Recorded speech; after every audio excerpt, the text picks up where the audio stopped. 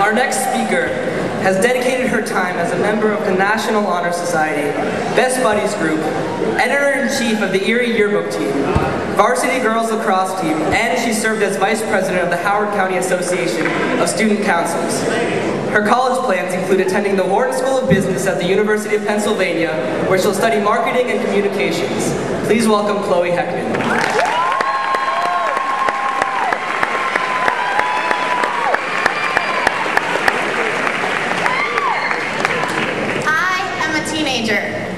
In today's society, being between the ages of 13 and 19 generally brands me as obnoxious, egocentric, and irresponsible.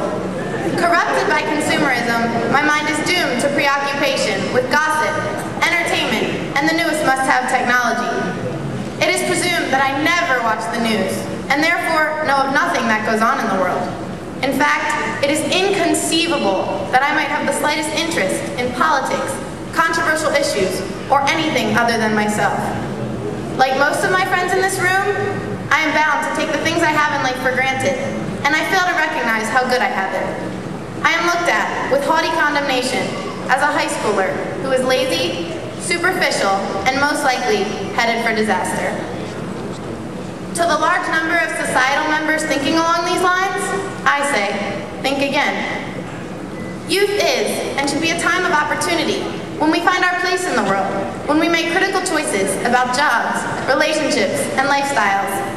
Youth is the time when we form a public identity, one that should not be harmed by the negative assumptions that confront us daily.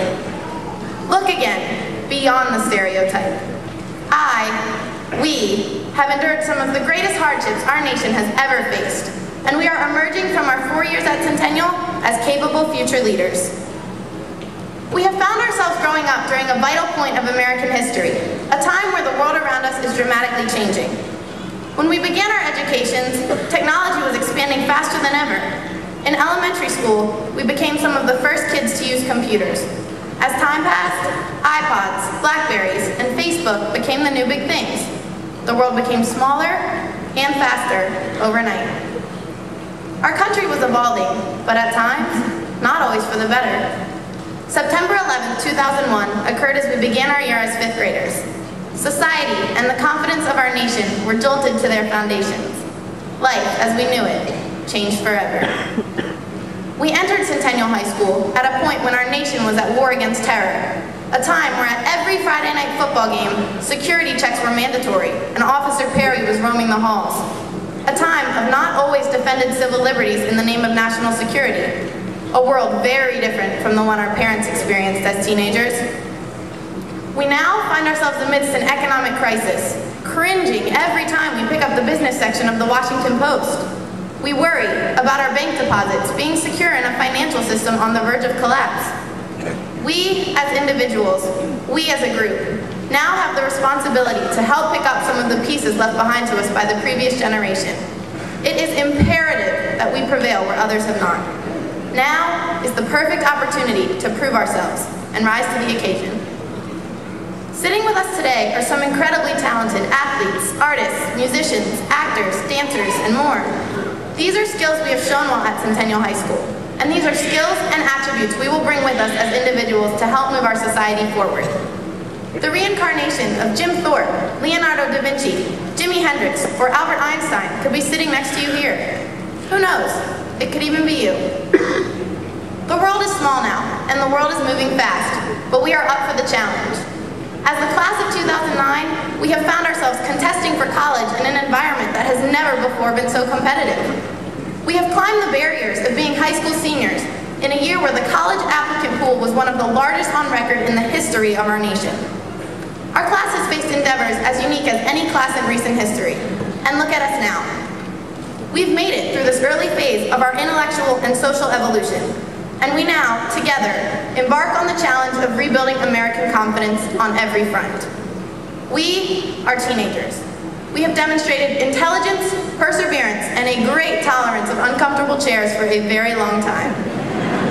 Now it is up to us to help set this country, this world, back in the right direction. President Barack Obama said it himself, that change will not come if we wait for some other person or some other time. We are the ones we've been waiting for. We are the change that we seek.